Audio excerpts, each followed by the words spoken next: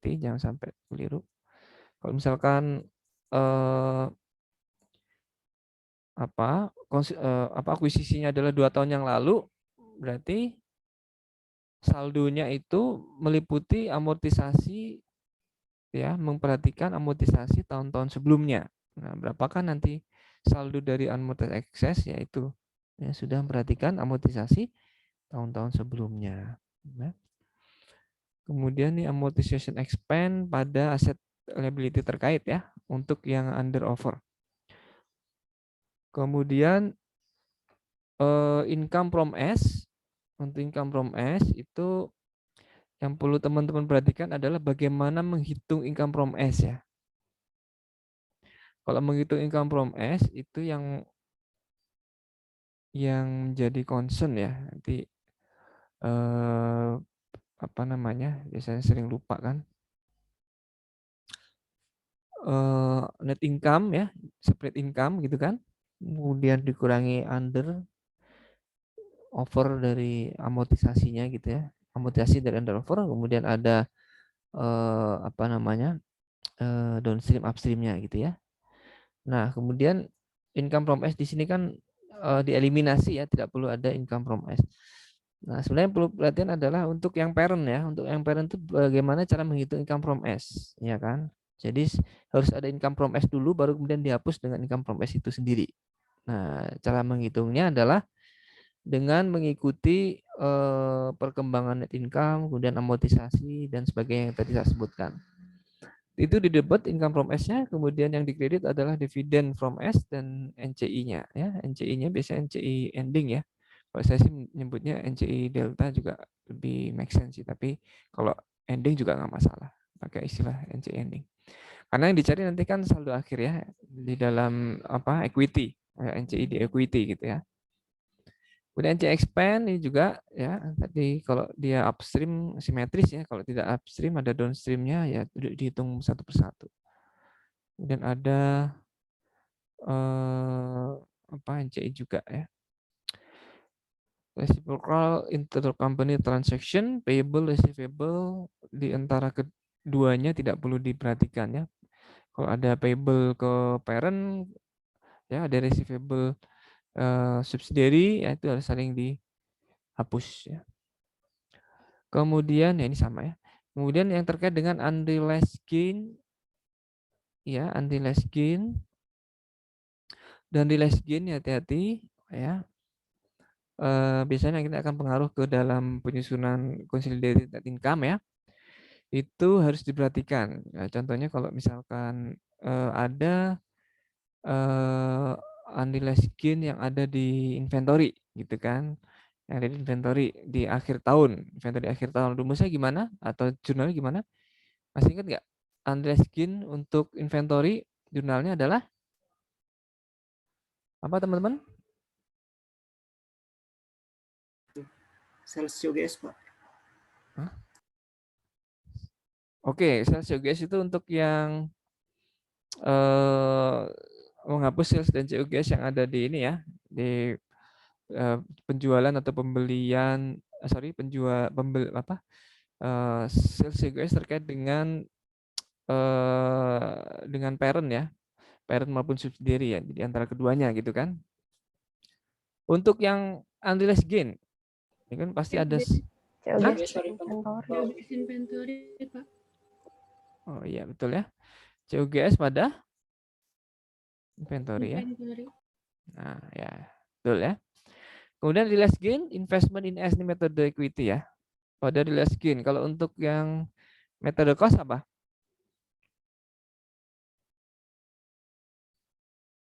Metode cost untuk yang realized gain, jurnalnya apa? Return earning COGS, Pak. Ya, betul. Oke. Ini, jadi nanti kalau yang metode cost adalah return earnings pada COGS. Kalau untuk yang equity, investment in S. Itu, ya, teman-teman, yang perlu di-refresh kembali, di-review kembali materi-materi sebelumnya. Saya khawatir yang depreciable asset dan non depreciable asset itu, apalagi bonds, ya, Terus perlu diulang lagi. Nah, hal yang baru di dalam laporan keuangan yang foreign currency itu adalah adanya OCI. Ini untuk yang metode current rate ya. Current rate atau translation ya. Ya, jadi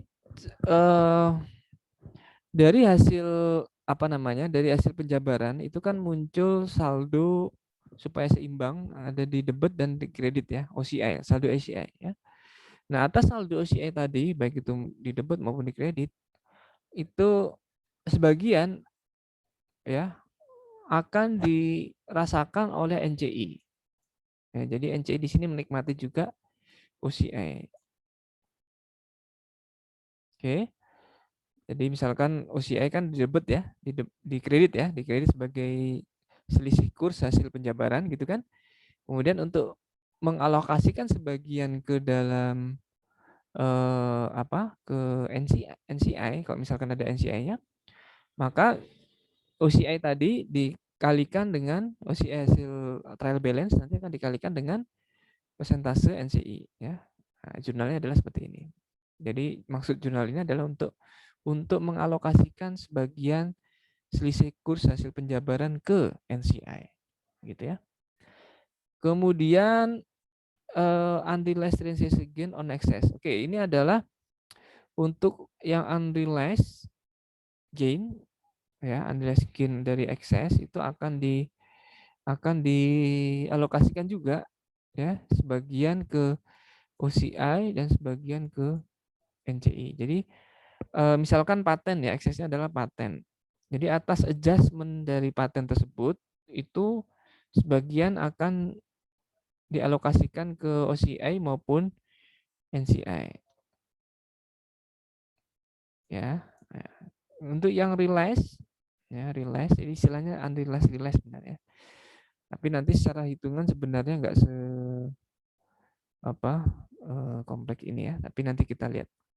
Untuk yang realize investment in S, NCI pada OCI ya. Oke. Nah,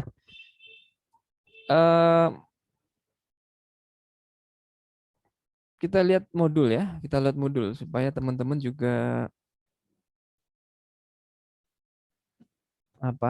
lebih jelas aja gitu kan.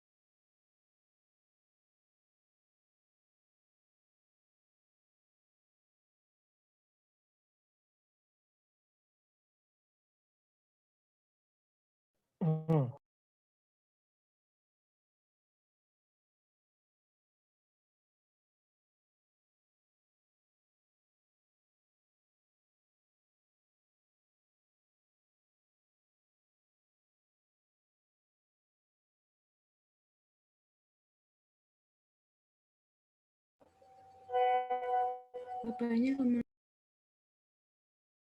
Ada bapaknya.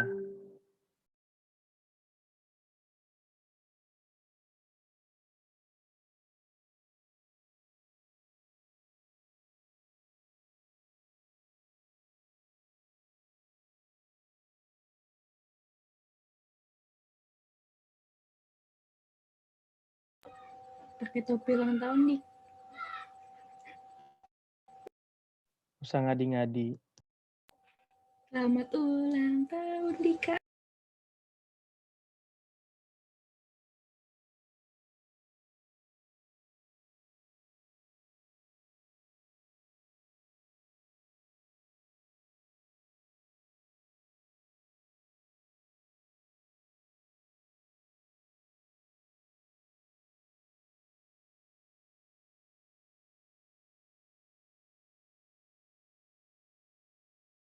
Ya, sorry teman-teman. Oh iya Pak, nggak apa-apa Pak. Ya, sebentar ya.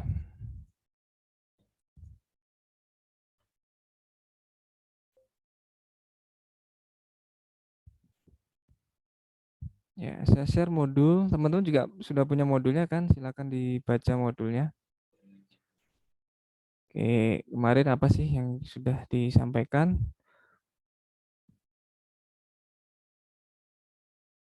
Ya, ini ya. Jadi ceritanya adalah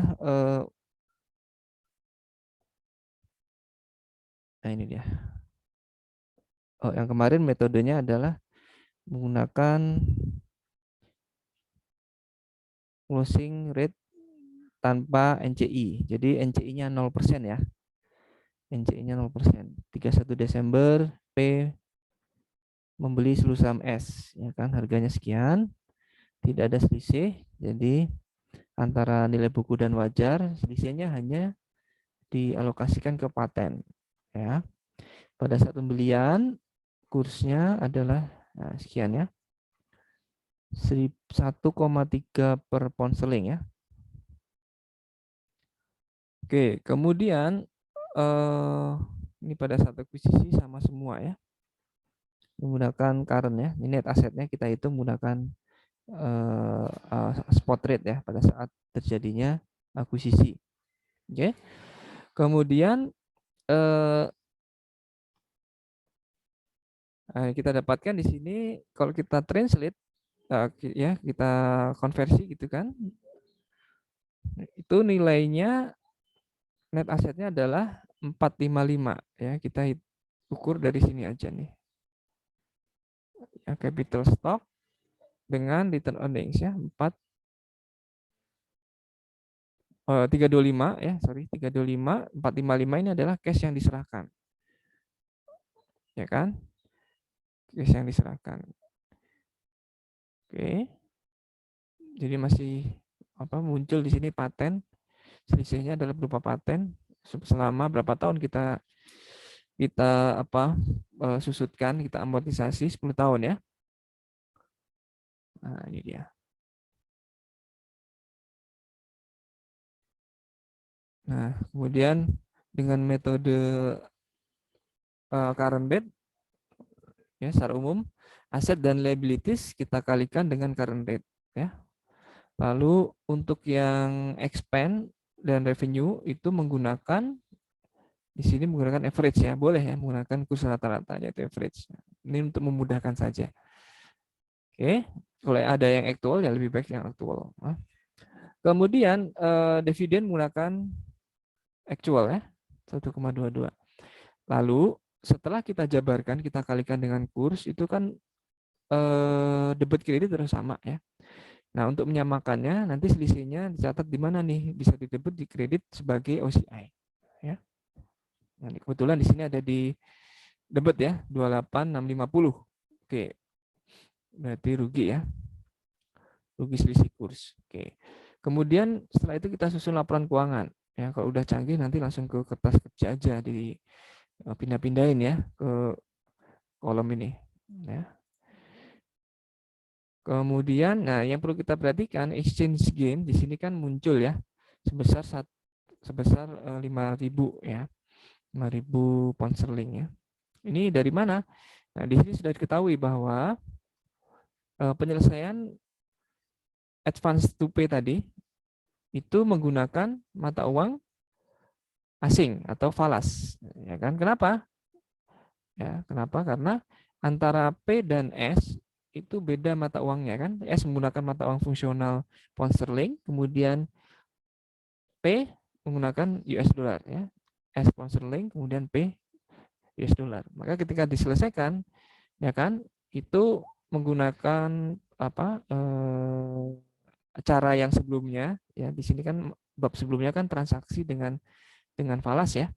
Yang ini loh. Ya kan? Transaksi dengan falas. Kalau ada keuntungan, laba selisih kurs dicatatnya sebagai exchange loss atau exchange gain gitu ya. Dicatat sebagai exchange loss atau exchange gain. Nah, di mana dia catatnya sebagai profit or loss ya. Nah, maka di sini akan masuk di sini exchange gain atau exchange loss. Nah, oke. Jangan sampai nanti dicampur adukan dengan yang OCI di sini ya. Untuk OCI di sini adalah hasil penjabaran. Sedangkan transaksi di dalamnya, jadi si S ini ada utang piutang dengan P, dengan transaksi mata uang asing gitu kan.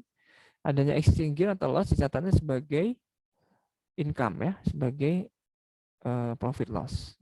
Nah, baru kemudian nanti dihitung net income-nya berapa. Kemudian nanti di sisi S-nya itu ada accumulated OCI, ya kan? Accumulated OCI tadi memindahkan angka selisih yang debit di sini, accumulated OCI-nya ke equity. Ya, kita pindahkan. Nah, ini adalah laporan keuangan S ya setelah dijabarkan ke dalam mata uang pelaporan induk. Versi siapa? Versi si induk. Ya, S-nya nggak usah mikirin, santai aja. Ya kan sebagai anak. Ya, nggak usah dia melakukan transaksi macam-macam, nggak perlu ya. Yang transaksikan biarkan si induknya. Nah, ini versi induk ya. Kemudian dari situ itu akan kita masukkan ke masing-masing kolom P dan S. Oke, teman-teman semua.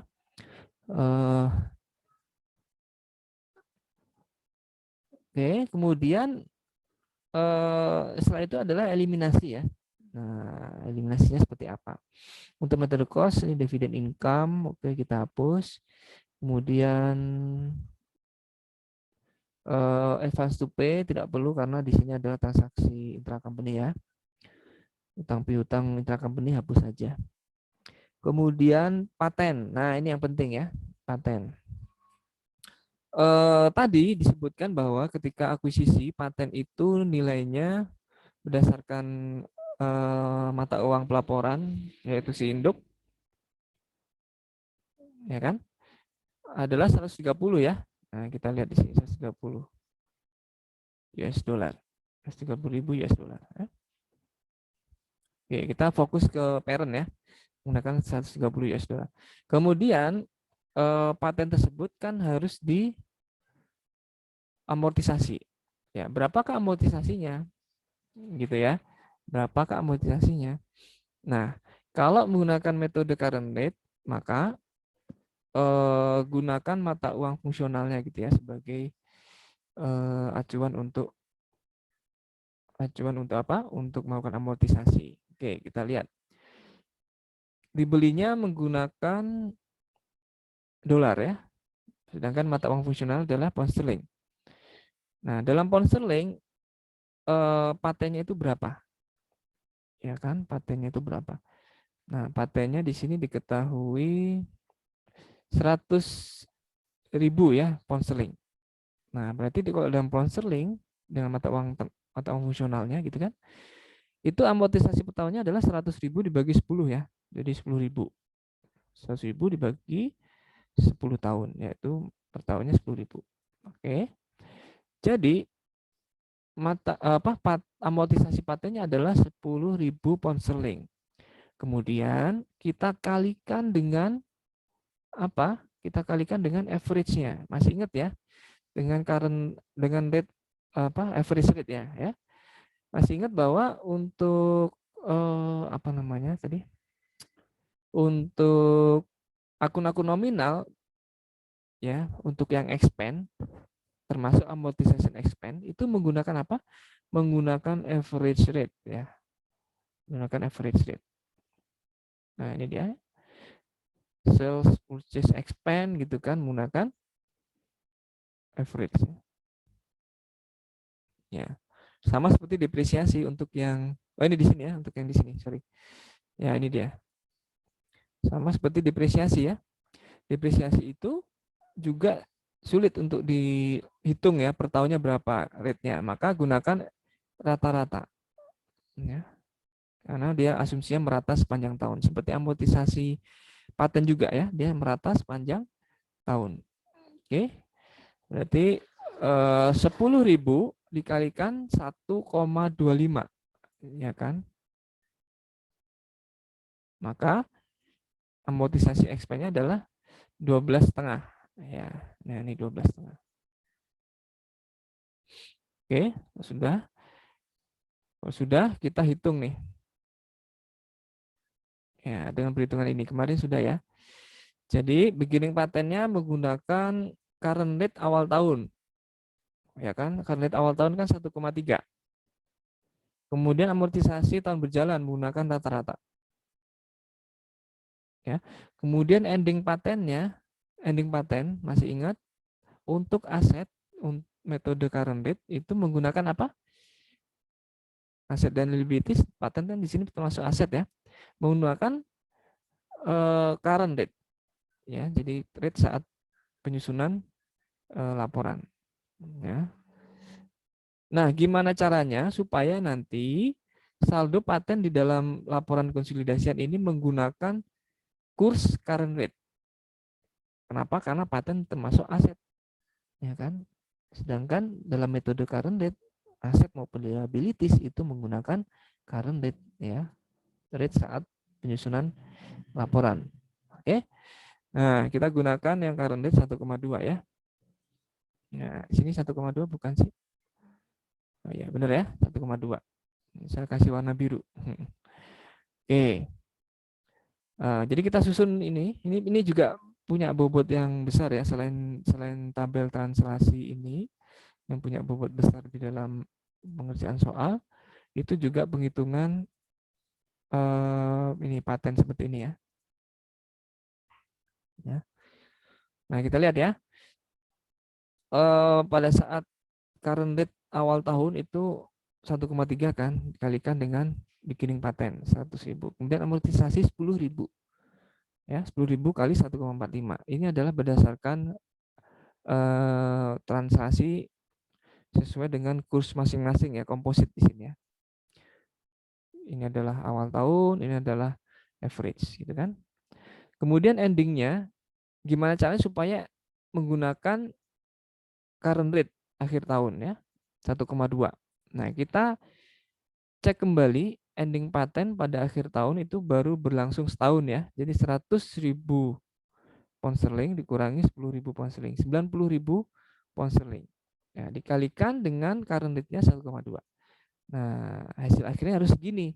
Berarti perlu di-adjust accumulated OCI-nya kan gitu. Ya, di-adjust accumulated OCI-nya sebesar 9.500. Nah, dari 117.500 ke 108 ini mengalami penurunan, ya kan? Berarti penurunannya di sini dianggap sebagai semacam kerugian OCI gitu kan? 9.500 ya. Nah, inilah adjustment-nya. Accumulated OCI pada paten. Ya. Yang disebut sebagai apa tadi istilahnya? Yang disebut sebagai realize ya, realize dari translation ya, realize translation gain or loss ya. Jadi direalisasikan dengan cara mengadjust perbedaan perhitungan yang komposit US dollar tadi dengan perhitungan akhir menggunakan current rate. Ya, kalau ada perbedaan kita realize dengan ini accumulated OCI pada paten, gitu ya. Yang mana tidak lain merupakan penentu dari jurnal eliminasi paten. Ya, di patennya di adjust gitu kan sampai dia itu hasil akhirnya merupakan current rate, gitu kan. Gitu ya teman-teman. Kemudian yang lainnya ini biasa aja. Nah, untuk yang metode equity, ya metode equity nanti yang perlu diperhatikan adalah bagaimana cara mencari income from S. Ya, masih ingat income from S dihitungnya dari net income ya dikalikan persentase CI ya. Namun jika ada amortisasi gitu ya, maka perlu disesuaikan ya. Nah, di sini net income harus dikurangi dulu dengan amortisasi paten. Ya, baru kemudian dikalikan 100% ya.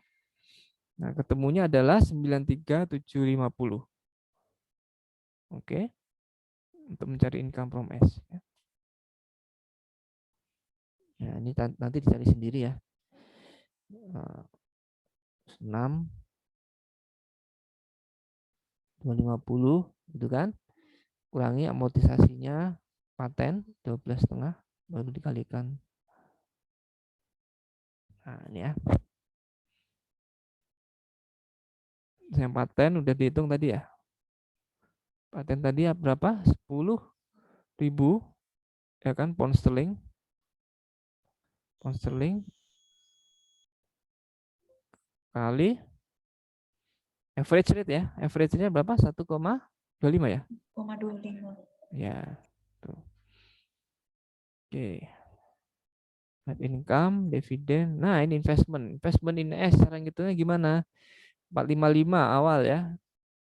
Awal saat akuisisi cost-nya adalah 455.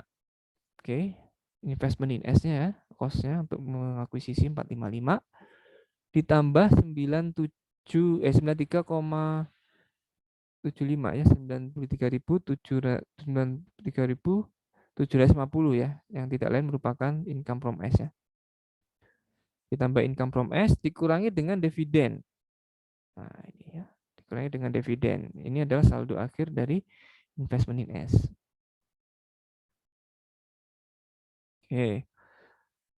Kemudian eliminasinya ya tinggal disesuaikan saja. Di sini metodenya adalah metode equity, income from S hapus pada dividen ya. Pada dividen dan investment. Ya. Oke, accumulated OCI ya kita adjust 9.500 ya terrealisasi sebesar 9.500.